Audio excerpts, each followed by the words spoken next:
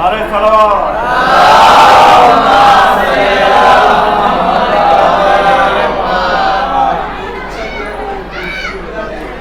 اعوذ باللہ من الشیطان الرجیم بسم اللہ الرحمن الرحیم عما يتساءلون عن النبأ العظیم الذی هم فیہ مختلفون کلا سيعلمون ثم كلا سيعلمون ألم نجعل الأرض مهادا والجبال أوتادا وخلقناكم أزواجا وجعلنا نومكم سباتا وجعلنا الليل لباسا وجعلنا النهار معاشا وبنينا فوقكم سبعا شدادا وجعلنا سراجا وهاجا وأنزلنا من المعصرات ماء ثجاجا.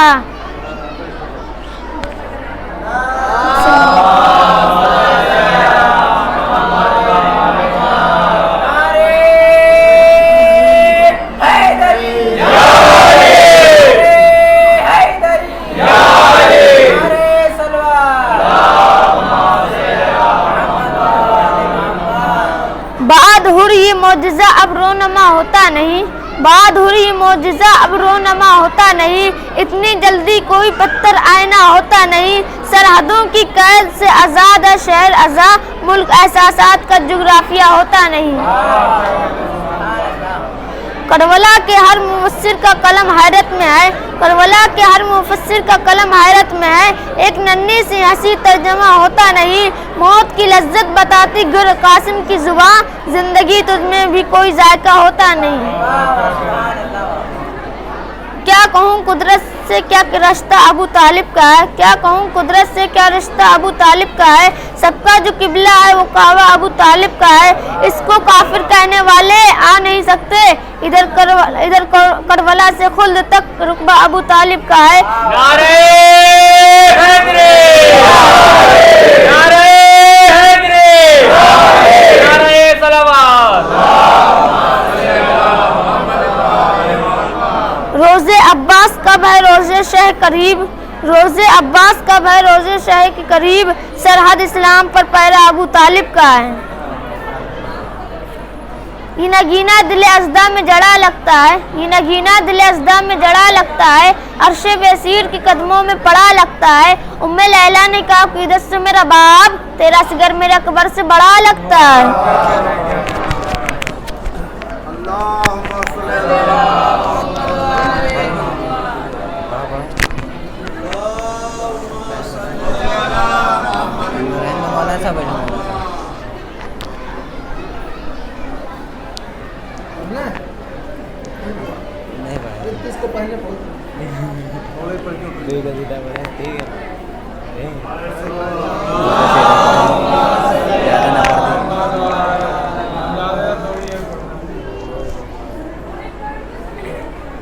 کہ مجلس کے تبرک جہاں بانٹے نہیں جاتے، کہ مجلس کے تبرک جہاں بانٹے نہیں جاتے، ان لوگوں سے ہم بھی کبھی ملنے نہیں جاتے.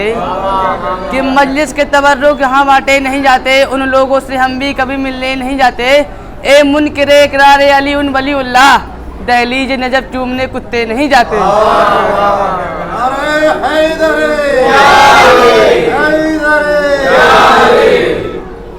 علی کا چہرہ لحد میں اتر کے دیکھتے ہیں، جو زندگی میں نہ دیکھا تو مر کے دیکھتے ہیں. اور مزاج مانگے گی امت تو یہ کہیں گے رسول، جلا رکو علی سے بات کر کے دیکھتے ہیں.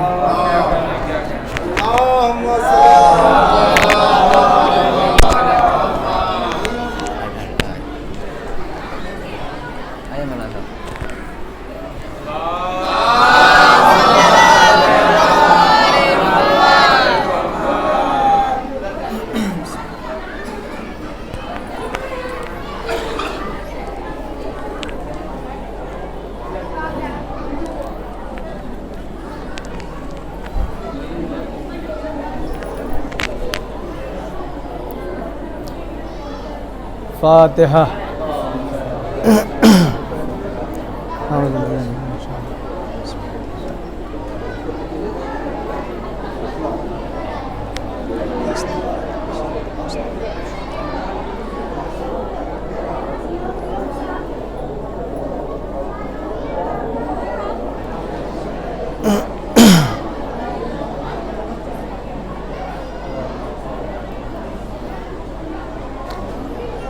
لا حول ولا قوة إلا بالله العلي العظيم أعوذ بالله من الشيطان الرجيم بسم الله الرحمن الرحيم الحمد لله رب العالمين والصلاة والسلام والتحية والإكرام على رسوله النبي الكريم وعلى أهل بيته الطيبين الطاهرين المعصومين الذين أذهب الله عنهم الرجس وطهرهم تطهيرا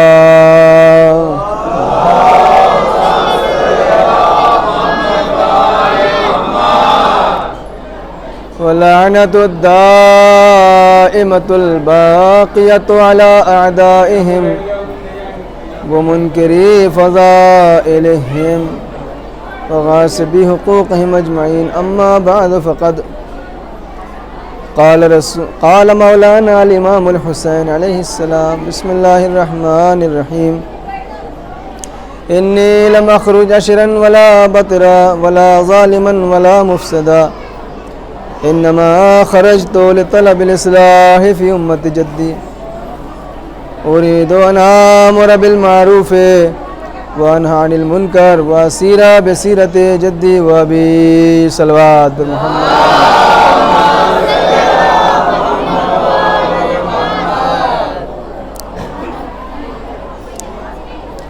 امام حسین علیہ السلام نے اپنے اس ارشاد میں اپنے قیام کا مقصد ذکر فرمایا، گھر سے نکلنے کا مقصد ذکر فرمایا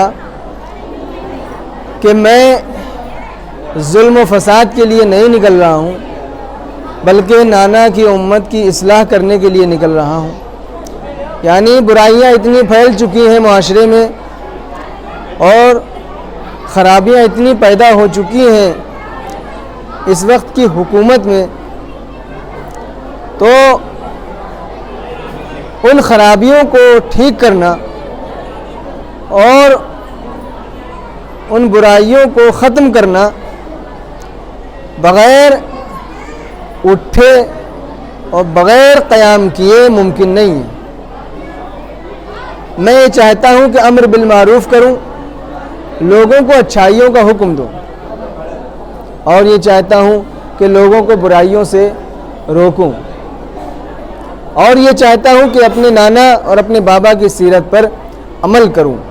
یہ امام حسین علیہ السلام کی حدیث اور آپ کی فرمائش ہے. آپ جب گھر سے نکلے ہیں، چونکہ ہمارے سامنے آج آپ حضرات جو بیٹھے ہوئے ہیں اس میں بعض چہرے ایسے ہیں کہ جو ہم دیکھ رہے ہیں کہ شاید اس سے پہلے نہیں آئے، لہٰذا ان کی وضاحت کے لیے تھوڑا سا میں جو باتیں میں نے پہلے ذکر کی ہیں اشارہ کرتے ہوئے ان کی طرف تھوڑا سا میں آگے بڑھ جاؤں، تاکہ جو نئے چہرے ہیں، جو نئے افراد ہیں، ان کے لیے بات واضح ہو جائے اور سمجھ میں آئے. واقعہ کربلا جو پیش آیا، آپ لوگوں کو میری آواز آ رہی ہے نہیں آ رہی ہے؟ ہاں بالکل، آپ ہماری طرف متوجہ رہیے گا، اور انشاءاللہ اگر متوجہ رہیں گے تو آواز پیچھے تک بھی پہنچ جائے گی، اور اگر متوجہ نہیں رہیں گے تو ان کو بھی نہیں پہنچ پائے گی جو سامنے بیٹھے ہیں. تو توجہ پہ ہے سب معاملہ. لوگوں نے بہت چاہا کہ امام حسین علیہ السلام کے اس قیام کو داغدار بنا دیا جائے، اور یہ کہا جائے کہ حسین جو ہے وہ حکومت کے لالچ میں نکلے تھے، اقتدار کے لالچ میں نکلے تھے. لیکن جگہ جگہ مولا نے اس بات کی طرف متوجہ کیا کہ اقتدار کی لالچ نہیں ہے لیکن امت کی اصلاح کی فکر ہے، اس لیے کہ ہم اللہ کی طرف سے اللہ کی حجت ہیں، اللہ کی طرف سے اللہ کے بھیجے ہوئے ہادی ہیں، اللہ کی طرف سے اللہ کے بھیجے ہوئے نمائندے ہیں. لہذا ہماری ذمہ داری بنتی ہے سب سے پہلے کہ اگر معاشرے میں کوئی برائی سر اٹھا رہی ہے، اگر کوئی برائی پنپ رہی ہے تو ہم اس کو دور کرنے کی کوشش کریں. عزیزان گرامی، اس وقت جو تخت خلافت پر لوگ بیٹھے ہوئے تھے وہ خود برائیوں میں مبتلا تھے، وہ خود شراب، جوئے اور فسق و فجور میں مبتلا تھے، تو وہ کیسے معاشرے سے برائیوں کا خاتمہ کرتے؟ معاشرے کی برائی کو ختم کرنے کے لیے پہلے اپنے اندر سے برائی کو ختم کرنا ضروری ہوتا ہے، اور یہ اعلان امام حسین کا بتا رہا ہے کہ میں اصلاح کے لیے نکل رہا ہوں، اچھائیوں کو پھیلانے کے لیے نکل رہا ہوں۔ اس کا مطلب یہ ہے کہ حسین خود پاکیزہ ہے، حسین خود پاکیزہ ہے۔ جو پاکیزہ نہیں ہوتا وہ دوسروں کو پاکیزہ نہیں بنا سکتا۔ حسین کا یہ پاکیزہ بنانا یہ بتا رہا ہے کہ خود صاحب آئے تطہیر ہے امام حسین علیہ السلام کے ذات۔ ایک درود بھیج دے محمد وآل محمد۔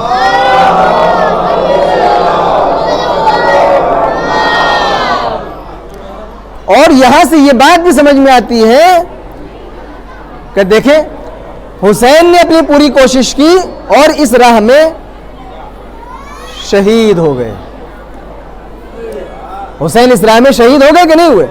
اپنی جان اللہ کی راہ میں پیش کر دی۔ ہونا تو یہ چاہیے، آپ غور کریں کہ ایک طرف پوری حکومت ہے، پورا سسٹم ہے، اور ایک طرف حسین اور ان کے 71 ساتھی ہیں۔ کتنے کم لوگ ہیں، کتنی کم تعداد ہے۔ ایک طرف پورا نظام ہے، ایک طرف پوری حکومت، سلطنت، اقتدار، حکومت، تخت و تاج، اور ایک طرف نہ حکومت ہے نہ تخت و تاج ہے، مختصر سے لوگ ہیں۔ اگر حکومت یہ ٹھان لے کہ ہمیں یہ کام کرنا ہے، اب آج ہی کو دیکھ لیں آپ، جس کے پاس حکومت ہوتی ہے، جس کے پاس پاور ہوتی ہے، وہ کیا نہیں کر سکتا؟ سب کچھ کر سکتا ہے۔ فوج ہے، سپاہی ہے، طاقت ہے، سب کچھ ہے۔ جس کو چاہے وہ ختم کر دے، جس کو چاہے وہ بلندی تک پہنچا دے۔ آپ سمجھ رہے ہیں؟ تو اس وقت یزید کی جو حکومت تھی وہاں ہر طریقے کا اقتدار تھا، ہر طریقے کی سہولت موجود تھی، اور انہوں نے ایک جنگل میں، ایک بیابان میں 72 کے لشکر کو شہید کیا، اور پوری طاقت لگا دی کہ یہ خبر دنیا کے کسی کونے میں پہنچنے نہ پائے۔ ابھی سمجھ لیجیے آپ، پورا پروپیگنڈا ایسا ہوا۔ اب آپ دیکھیں آج کل کی میڈیا ہے، جو میڈیا بتاتی ہے وہ ہمیں سمجھ میں آتا ہے۔ میڈیا اور حکومت جس وقت چاہے وہ زمانے کا رخ بدل سکتی ہے۔ ایک خبر چلا دے، آپ کو کیا معلوم؟ آپ جائیں گے کیا اس شہر تحقیق کرنے، ریسرچ کرنے؟ آپ نے جو کانوں سے سن لیا، آپ نے ٹی وی میں دیکھ لیا، آپ نے موبائل پہ دیکھ لیا، وہی۔ یعنی کوئی خبر اگر پہنچانی ہو تو اس وقت میڈیا بہترین آپ کے لیے مثال بن سکتا ہے کہ میڈیا اور حکومت اگر چاہے تو کچھ بھی، جس چیز کو چاہے وہ لوگوں تک پہنچا سکتی ہے۔ تو واقعہ کربلا کو بھی کوشش کی گئی کہ یہ واقعہ دنیا کے کسی کونے میں نہ پہنچنے پائے۔ اس وقت میڈیا نہیں ہوتا تھا جس طریقے سے آج میڈیا ہے۔ کسی کونے میں کسی کو گھیر کے مار دیا جائے آج بڑی مشکل سے پتہ چلتا ہے۔ اس زمانے میں امام حسین اور ان کے ساتھیوں کو گھیر کے ایک بیابان میں، کربلا کے میدان میں ختم کر دیا گیا، شہید کر دیا گیا۔ لیکن آپ دیکھیں یزید یہ سمجھ رہا تھا کہ ہم نے ان کو یہاں شہید کر دیا ہے تو بس ان کا قصہ یہیں پہ ختم ہو گیا، انہیں کوئی نہیں سمجھ پائے گا، نہ اس کی اطلاع کسی کو ہو پائے گی۔ لیکن جو اللہ کی راہ میں نکلتا ہے اس کا انتظام اللہ کے ذمہ ہوتا ہے۔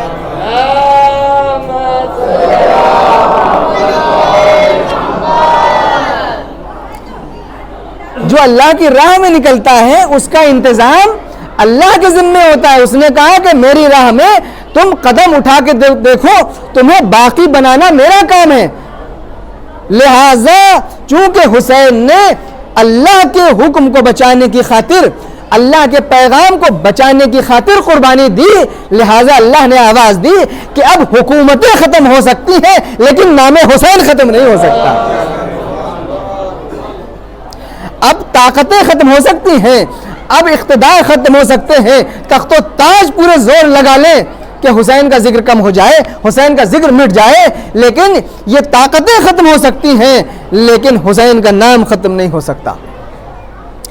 آج آپ دیکھیں دنیا کے کونے کونے میں حسین کے نام کا چراغ جل رہا ہے.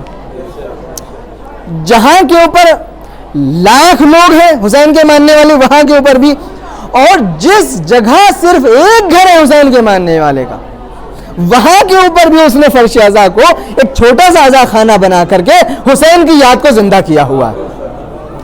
یہ حسین کی یاد کو جو زندہ کیا ہوا ہے, یہ کیا ہے؟ یہ ہمارے اور آپ کے بس کا نہیں تھا, کیونکہ یہ انتظام اللہ نے اپنے ہاتھ میں لے رکھا ہے. یہ انتظام اللہ نے اپنے ہاتھ میں لے رکھا ہے. اے حسین, کیونکہ تو نے میرے نام کو اونچا کرنے کے لیے اپنا سب کچھ قربان کر دیا, لہذا تیرا نام اونچا کرنے کے لیے میں اپنا سب کچھ لگا دوں گا. یہ اللہ کا وعدہ ہے.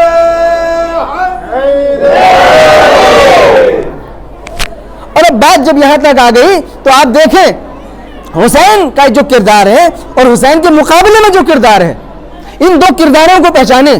یہ دو کرداروں کی جنگ ہے, دو بادشاہوں کی جنگ نہیں ہے, یہ دو کرداروں کی جنگ ہے. ایک کیریکٹر جس کی بنیاد سچائی کے اوپر ہے, اور ایک کیریکٹر وہ ہے جس کی بنیاد جھوٹ کے اوپر ہے. یہ اب یاد رکھیے گا. اگر جھوٹ کا سہارا اور مکاری کا سہارا حسین کی طرف والے بھی لیتے تو ہو سکتا ہے ظاہری طور پر یہ جیت جاتے, لیکن مقصد فنا ہو جاتا. یاد رکھیے گا. انہوں نے کہا کہ چونکہ ہم سچائی کا, ایمانداری کا درس دینے آئے ہیں, تو اگر ہم سچائی پر عمل نہیں کریں گے تو کون کرے گا؟ لہذا چاہے جتنی رکاوٹیں آ جائیں, ہم وہ نہیں کر سکتے جو یہ کر رہے ہیں. دوسرا جو کردار ہے حسین کے مد مقابل, وہ ٹکا ہوا جھوٹ, فریب اور مکاری کے اوپر. آج سے نہیں, پہلے سے پوری تاریخ آپ دیکھ لیجئے. اب میں بہت فرصت نہیں ہے میں عرض کر سکوں, لیکن ہمیں یہ ملتا ہے کہ انہوں نے جو حسین کا جو راستہ ہے وہاں کے اوپر انہوں نے ایمانداری کا ہاتھ سے دامن نہیں چھوڑا.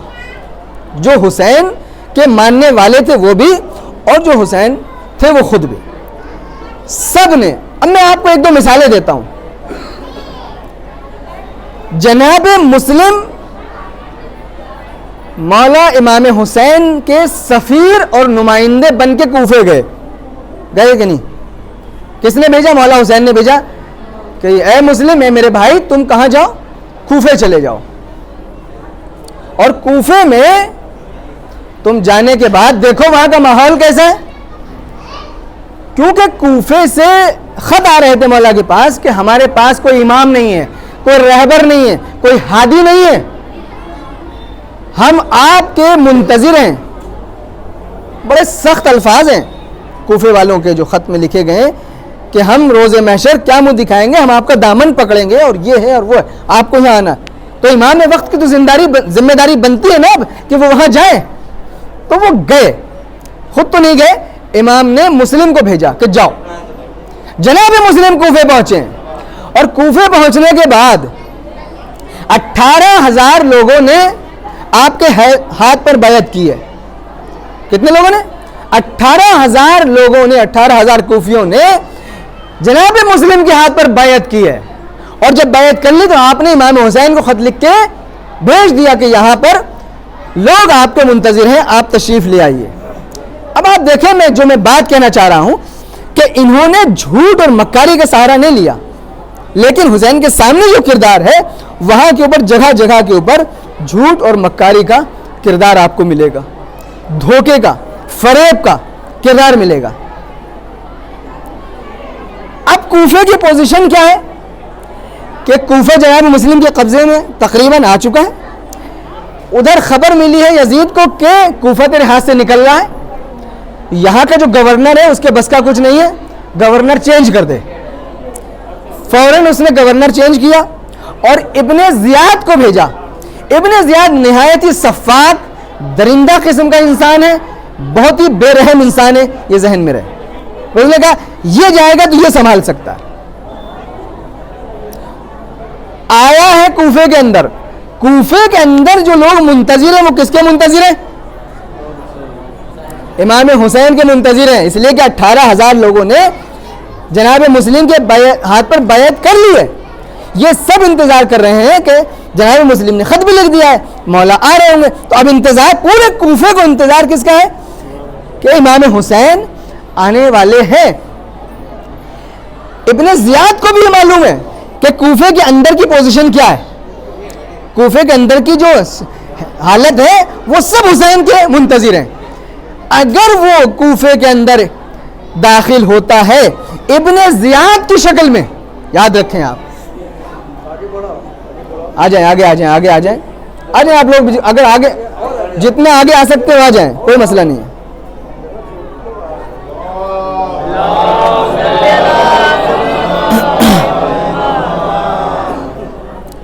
دیکھیے آپ غور سے سنیے اس بات کو. میں نے جو عرض کیا, حسین اور حسین والوں کا کردار اس کی بنیاد ہے سچائی پر, ایمانداری پر, امانت داری پر, اور جو سامنے کردار ہے اس کی جو بنیاد ہے جھوٹ, مکاری, فریب کاری اور دھوکے کے اوپر. ابن زیاد کو معلوم ہے کہ جب میں کوفے میں داخل ہوں گا تو سب حسین کے منتظر ہیں, حسین والے ہیں, مجھے اڑا دیں گے کہ یہ کون آیا بدبخت. لہٰذا اس نے سر پر امامہ لگایا, اتنا ڈھاٹا باندھا, بالکل گھوڑے پر ویسے ہی سوار ہوا کہ جیسے نواسہ رسول حسین کوفے میں داخل ہو رہا ہے. اور جب کوفے میں داخل ہوا تو پبلک جو ہے وہ کہہ رہی لبیک یا ابن رسول اللہ, لبیک یا ابن رسول اللہ, خوش آمد ہے فرزند رسول, خوش آمد ہے فرزند رسول, اے رسول کے بیٹے, اے رسول کے نواسے, خوش آمدید, خوش آمدید, خوش آمد. نعرے لگ رہے, ویلکم ویلکم ویلکم. یہ کسی نعرے کا نہ جواب دیتا ہے نہ کسی سلام کا جواب دیتا ہے. یہ صرف اور صرف اپنے یوں چھپائے ہوئے ہیں اور سیدھے پبلک کو چیرتا ہوا دارالامارہ کے اندر داخل ہو جاتا ہے اور اندر سے کہتا ہے گیٹ بند کر دو. اب لوگوں کو اندازہ ہو گیا کہ یہ حسین نہیں تھے, یہ کوئی اور ہے, پہچانا نہیں. دھیرے دھیرے پتہ چلا کہ یہ ابن زیاد ہے. مجھے بتائیے ابن زیاد اگر تو بچا ہے آج تو کس وجہ سے بچا ہے؟ میں آپ سے پوچھنا چاہتا ہوں, ابن زیاد کی جان اگر بچی ہے اس وقت تو کس وجہ سے؟ تو نے اپنے کو ظاہر کیا ہے لباس حسین میں, تو نے ظاہر کیا ہے حسین کی, یعنی حسین کا سہارا لے کے کوفہ میں داخل ہو رہا ہے. پہلی مکاری یہ ہے, پہلا جھوٹ یہ ہے, ورنہ تمہیں کوئی پوچھنے والا نہیں تھا.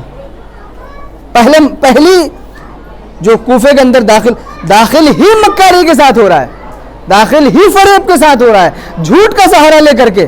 اس کے بعد کہاں گیا؟ دارالامارہ کے اندر پیک. اب بھائی اب تو سرکاری سیفٹی میں آ گیا نا, سیکیورٹی پوری مل گئی ہے, اب سیف ہے. اب کیا کیا اس نے؟ اب اعلان کیا جس نے مسلم کا ساتھ دیا ہے سب کو پکڑ کے گردنیں اڑاؤ. بھائی گورنمنٹ ہے, سپاہی ہے, اسلحے ہیں, تلواریں ہیں, پورا سسٹم ہے. لہٰذا جب 10 20 50 کو پکڑ کے گردنیں اتار دی گئیں تو لوگ ڈر گئے. بھائی آپ سوچیے آج اگر یہ پوزیشن ہو جائے کہ جو سامنے اس کی گردن اڑائی ہے, کون آئے گا سامنے؟ کتنوں کے گھروں میں آگ لگا دی گئی, ختم, جلا دیے پورے. کچھ پیسے کے لالچی تھے تو خزانے کے منہ کھول دیے, ان کو پیسے کے زور پہ خرید لیا.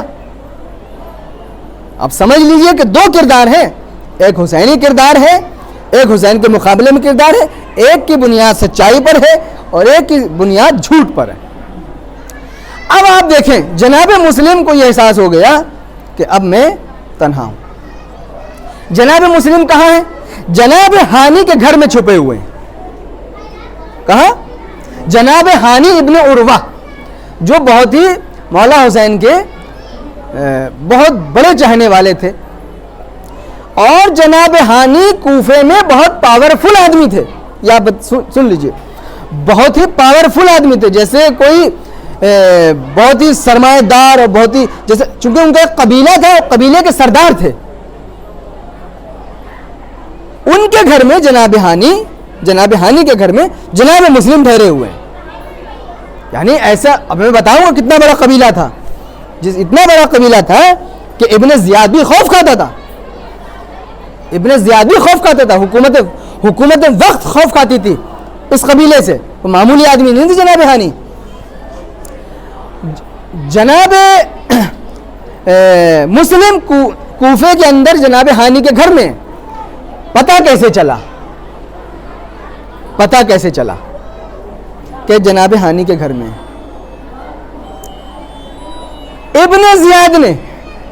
ابن زیاد, اب دیکھیے ابن زیاد کا ایک غلام تھا جس کا نام تھا معقل. کیا نام ہے؟ معقل یا معقل دونوں کہتے ہیں.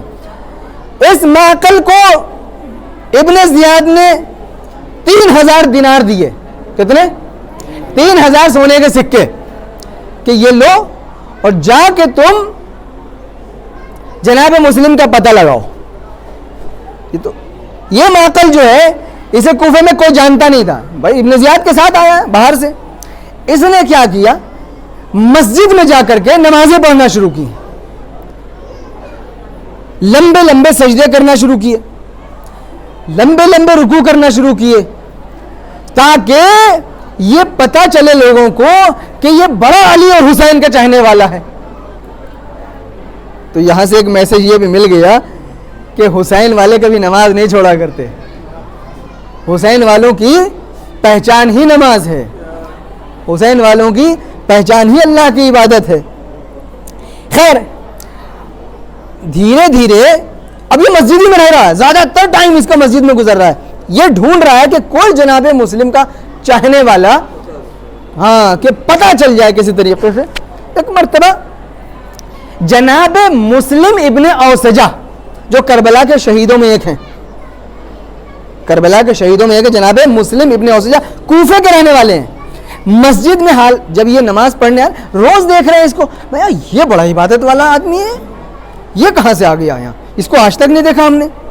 ایک دن بھائی چاہنے والا ہے, جو حسین علی کے چاہنے والا ہوگا اس کے دل میں ہمدردی آئی جاتی ہے. ان کے دل میں ہمدردی آئی, سمجھے مسافر ہے شاید, باہر سے آیا, کوفے میں تو دکھائی نہیں دیتا اور نمازیں بھی خوب پڑھ رہا ہے. پوچھا کہ بھائی کیا تم مسافر ہو؟ کہا کہ ہاں میں کوفے کا نہیں ہوں, باہر سے آیا ہوں, مسافر ہوں. کہا اچھا, کوئی مدد تو نہیں چاہیے, کوئی پریشانی تو نہیں؟ کہنے لگے, معقل نے کہا کہ نہیں مدد تو کچھ نہیں چاہیے, لیکن ایک بات مجھے کہنی ہے, لیکن ڈر لگ رہا ہے, کہوں تو کس سے کہوں. کہا کیا بات ہے؟ کہا کہ یہاں پر حسین کے کوئی سفیر مسلم ابن عقیل آئے ہوئے ہیں, اور ماحول ایسا ہے کہ جو ان کا نام لے رہا ہے اس کی گردن اڑ رہی ہے, تو ہمت نہیں پڑ رہی ہے کسی سے کہنے کی.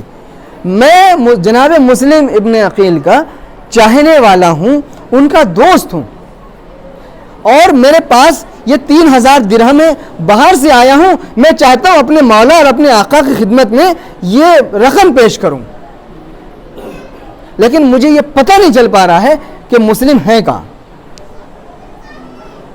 پہچان لیجئے کرداروں کو کہ کس کی بنیاد جھوٹ اور فریب اور مکاری پر ہے, اور کس کی بنیاد ایمانداری اور سچائی اور وفاداری پر ہے.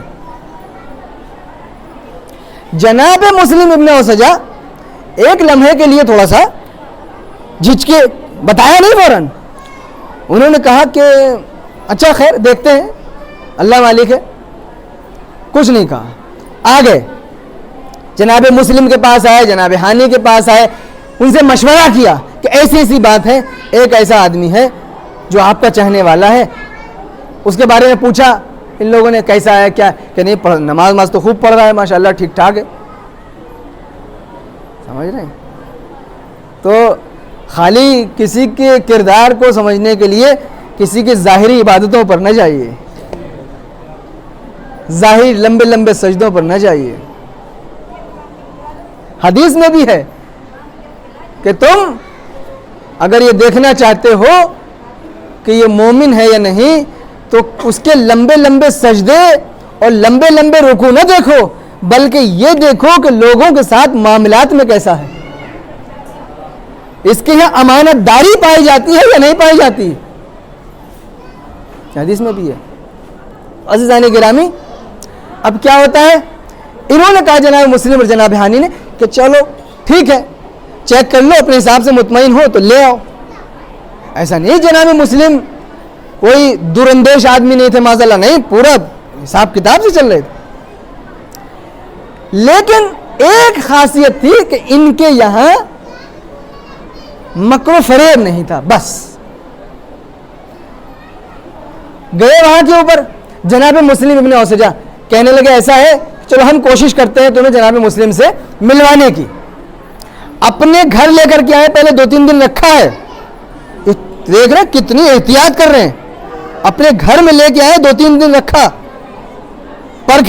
پرکھنے کے لیے، سمجھنے کے لیے کہ ٹائم لے رکھا ہے، لے کے جائیں گے یہ وہ، لیکن یہ بھی پورا مکاری میں ایک دم پرفیکٹ ہے، جھوٹ اور مکاری میں اتنا مکمل ہے کہ اندازہ نہیں ہو پا رہا ہے۔ یہاں تک کہ 2-3 دن کے بعد اس کو لے کر کے آئے جناب مسلم کے پاس، کس کو؟ معقل کو، اور معقل نے ہاتھ چومے، پیر پکڑے، ہاتھ جوڑے، بیعت کی جناب مسلم کے ہاتھ پر، اور وہ رقم پیش کی کہ آپ اپنے مشن میں اس شرعی رقم، یہ شرعی رقم اپنی جیب سے نہیں ہے، خمس زکوٰۃ جو ہوتا کہ یہ ہے، یہ آپ اپنے اس میں خرچ کر لیجئے۔ خیر کوئی بات نہیں، لے لیا، اور وہ پھر وہاں سے چلا گیا۔ اب آپ دیکھیے، اب وہ کہاں آیا؟ وہاں سے نکل کے سیدھے ابن زیاد کے پاس،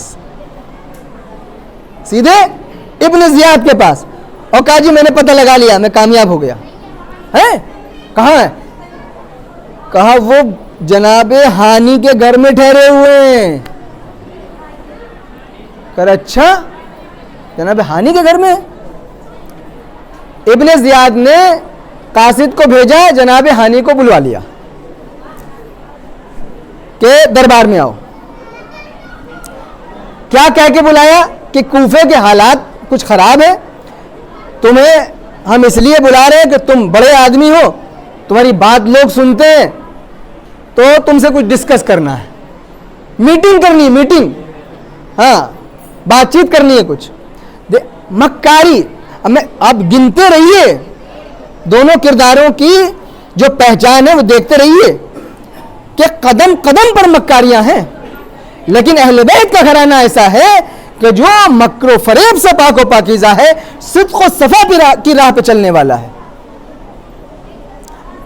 جناب ہانی آئے، جب جناب ہانی آئے تو پیچھے پیچھے جب پورے قبیلے کو خبر لگی کہ ابن زیاد نے بلایا ہے، تو پورے قبیلے میں کھلبلی مچ گئی، اور اپنی اپنی تلواریں کھینچ لی، اور کھینچ کے پورے دارالعمارہ کو اپنے محاصرے میں لے لیا، اپنے پورے گھیراؤ میں لے لیا، اور جناب ہانی کو کہا کہ آپ جائیے، اگر کوئی بھی پریشانی ہوگی تو ہم ختم کر دیں گے اس دارالعمارہ کو۔ اب آپ دیکھیے گا، جناب ہانی اندر پہنچے، ابن زیاد کے سامنے آئے، ہاں بھائی کیا بات ہے؟ معمولی آدمی نہیں ہے، بہت پاورفل، بہت طاقتور آدمی ہے کوفے کے، پورا لشکر باہر کھڑا ہے، ان کا پورا قبیلہ باہر کھڑا ہے تلوار لیے ہوئے، یعنی باہر آپ محسوس کریں اس بات کو۔ جناب ہانی سے پوچھا بتاؤ مسلم کہاں ہے، بتاؤ مسلم کہاں ہے؟ جناب ہانی نے کہا ارے مجھے کیا پتا کہاں ہے مسلم، ہوں گے کہیں؟ کہا تمہیں نہیں پتا؟ کہا تم نے میرے سپرد کیا تھا، ہمارے پاس کہاں ہے؟ آواز دی معقل نکل کے آؤ، معقل، وہ نکل آ رہا ہے، معقل چلا رہا ہے۔ جیسے ہی جناب ہانی نے دیکھا، ارے باپ رے باپ، یہ ہے، یہ جاسوس تھا۔ کیا تھا؟ جاسوس تھا۔ اب آپ سمجھیے اس بات کو کہ جناب ہانی کو اس نے وہاں کے اوپر مارنا شروع کیا، تلوار سے مارا, دونوں دانت کٹ کے زمین پہ گر گئے. باہر پوری فوج ہے. اب باہر سے شور و غل ہو رہا ہے, ہانی کو باہر نکالے, بھائی بہت دیر ہو گئی, بات چیت نہیں ہوئی, تمہاری میٹنگ نہیں ہوئی, کیا خبر ہے, اندر کیا چل رہا ہے. لیکن اندر سے کوئی خیر خبر نہیں آتی ہے. وہ لوگ شور شرابہ کرنے لگے. ابن زیاد ڈر گیا کہیں ایسا نہ ہو حملہ کر دیں. قاضی شریح جو کوفے کا قاضی تھا وہ ابن زیاد کے پاس بیٹھا تھا. اس نے کہا کہ اے قاضی شریح, دیکھیں اپنے لوگ پیسے کے بل پہ بکے. قاضی شریح سے کہا کہ دیکھو تمہیں اتنے ہزار دیں گے, تم چھت پہ جاؤ دارالعمارہ کی, ان لوگوں کو مطمئن کر کے آؤ کہ دیکھو جناب کہنا کہ ہانی اور ابن زیاد کے بیچ بہت میٹنگ چل رہی ہے اور لمبی بات چیت چلے گی, تم لوگ اپنے گھر چلے جاؤ. وہ آیا, پوری تقریر کی ہے. بھائی مولانا ٹائپ کا آدمی تھا, وہ قاضی تھا, لوگ مذہبی رہنما مانتے تھے اس کو, اس کی بات پہ اعتبار کرتے تھے. پھر مکاری اور جھوٹ. اس نے آ کے تقریر کی ہے, بہت زبردست تقریر, کہ آپ لوگ کہاں چکر میں پڑے ہیں, کوفے کے حالات اتنے بگڑے ہوئے ہیں, آپ لوگ یہاں اتنی دیر سے کھڑے ہوئے, اپنے گھر میں آرام کریے جا کر کے, جناب ہانی سیف ہے, بات چیت کر رہے ہیں, لمبی بات چیت ہو سکتی ہے, کچھ ہو سکتا ہے. اس طریقے سے کر کے ان کو مطمئن کر کے گھروں کو بھیج دیا. عزیزان گرامی, اب آپ دیکھیے ابن زیاد نے جناب ہانی کو کیا کیا ہے, وہاں پہ شہید کر دیا. شہید کر دیا ہے. لوگ تتر بتر ہو گئے, چلے گئے. ایک یہ کردار ہے اہل بیت کا, جناب مسلم کا. اور حسینی کردار کیا ہے, جس وقت جناب مسلم جناب ہانی کے گھر میں تھے, اس وقت ابن زیاد جناب ہانی کے گھر اپنے ایک دوست سے ملنے آیا. اسی دوران اس دوست کا نام ہے شریک ابن آور. شریک ابن آور کیا تھا, محب اہل بیت تھا, لیکن ظاہر اس ابن زیاد کو نہیں معلوم تھا. ابن زیاد سے اس کی دوستی تھی, ابن زیاد سے بہت دانت کاٹی دوستی تھی. جناب ہانی کے گھر آ کے رکا ہے شریک ابن آور. جب اسے پتہ چلا میرا دوست آیا ہے, ہانی کے گھر ہے, تو شریک نے کہا کہ یہ ابن زیاد مجھ سے ملنے آئے گا اس گھر میں, چونکہ میرا بہت بڑا دوست ہے یہ ظاہراً. اور اس نے پلان بنایا کہ اے مسلم, جب وہ مجھ سے ملنے آئے تم چھپ جانا دوسرے کمرے میں, اور جب میں تمہیں اشارہ کروں نکل کے آنا, گردن کاٹ دینا. اور یہ ابن زیاد کا قصہ ختم ہو جائے گا, کوفہ تمہارے ہاتھ میں آ جائے گا. ابن زیاد آیا, شریک نے جو پیشین گوئی کی تھی وہ آیا ابن زیاد, اور جو بات طے ہوئی تھی وہ یہ کہ جیسے موقع ملے گا میں تم سے پانی مانگوں گا. شریک نے کہا تھا کہ جیسے میں پانی مانگوں سمجھ لینا یہ اشارہ ہے, فوراً آ کے گردن اڑا دینا. ابن زیاد آیا, بیٹھا رہا. ایک موقع ایسا آیا تو جناب شریک نے کہا کہ پانی لاؤ, مجھے پیاس لگی ہے, پانی لاؤ, مجھے پیاس لگی ہے. پیر ویر ٹوٹا تھا, بیمار تھا وہ. خیر جیسے ہی کہا تو اب جناب مسلم کو نکل کے آنا چاہیے کہ نہیں نکل کے آنا چاہیے, سب پورا پہلے پلاننگ ہے. لیکن جناب مسلم نہیں آئے, نکل کے نہیں آئے. دوسری مرتبہ پھر پانی مانگا, پانی لاؤ, جناب مسلم نہیں آتے ہیں. ارے شریک کا چہرہ جو ہے وہ اڑ رہا ہے کہ یہ کیا مصیبت ہے. چلانے شروع کر رہے, پانی لا, پانی, کتنی دیر سے پانی مانگ رہا ہوں. سوچ رہے شاید آواز نہ پہنچی ہو. جب چلا کے بولا تو جو ابن زیاد کا جو غلام تھا اس نے کہا کہ کچھ دال میں کالا ہے, یہاں سے جلدی سے نکل لو, کچھ گڑبڑ معلوم ہو رہی ہے. یہ جو انداز بتا رہا ہے پہلے کی بات ہے. عزیزان گرامی, ابن زیاد چلا گیا. جناب شریک بہت ناراض کہ یہ کیا مطلب ہے. جناب مسلم کو آواز دی, یہاں آؤ. میں تم سے پانی پانی کہہ کے اشارہ کرتا رہا مگر تم نہیں آئے. پورا پلان فیل کر دیا, پورا کوفہ قبضے میں آ سکتا ہے. سمجھ لیجئے کیا پوزیشن ہے. تم کیوں نہیں آئے, تم نے حملہ کیوں نہیں کیا. جناب مسلم کا جواب سنیں گے. کہا اے شریک, مجھے حملہ کرنے سے پیغمبر کی ایک حدیث نے روکا. میرے پیغمبر نے فرمایا ہے کہ مومن کبھی بھی دھوکے سے وار نہیں کرتا. میرے پیغمبر نے فرمایا مومن کبھی دھوکے سے وار نہیں کرتا. ہم اہل بیت کے گھرانے والے ہیں, وہ دھوکہ کرتے ہیں تو کریں, لیکن ہم دھوکہ نہیں کر سکتے. ایک درود بھیجتے پر محمد و آل محمد.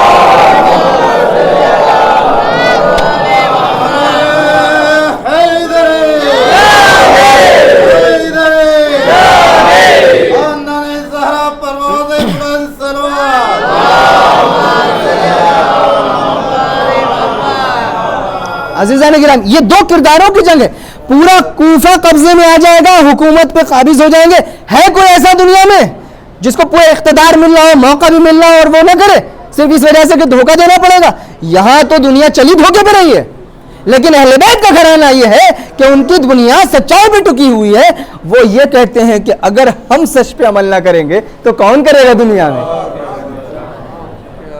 اگر ہم جھوٹ سے کام لیں گے تو پھر سچائی کا درس کون دے گا دنیا کو؟ یہ کردار ہے. اور جناب مسلم کو جو گرفتار کیا گیا وہ بھی آپ کو معلوم ہے, وہ بھی مکاری اور جھوٹ کے ساتھ. کیسے کیا گیا کہ جب قبضہ نہیں کر پائے اور جب گرفتار نہیں کر پائے تو ایک گڑھا کھودا گیا, وہی مسلم کہ جس نے ابھی تک دھوکے کا استعمال نہیں کیا, لیکن مسلم کو پکڑنے کے لیے شروع سے لے کے آخر تک پوری جو زنجیر ہے وہ دھوکے, فریب اور مکاری پہ ٹکی ہوئی ہے.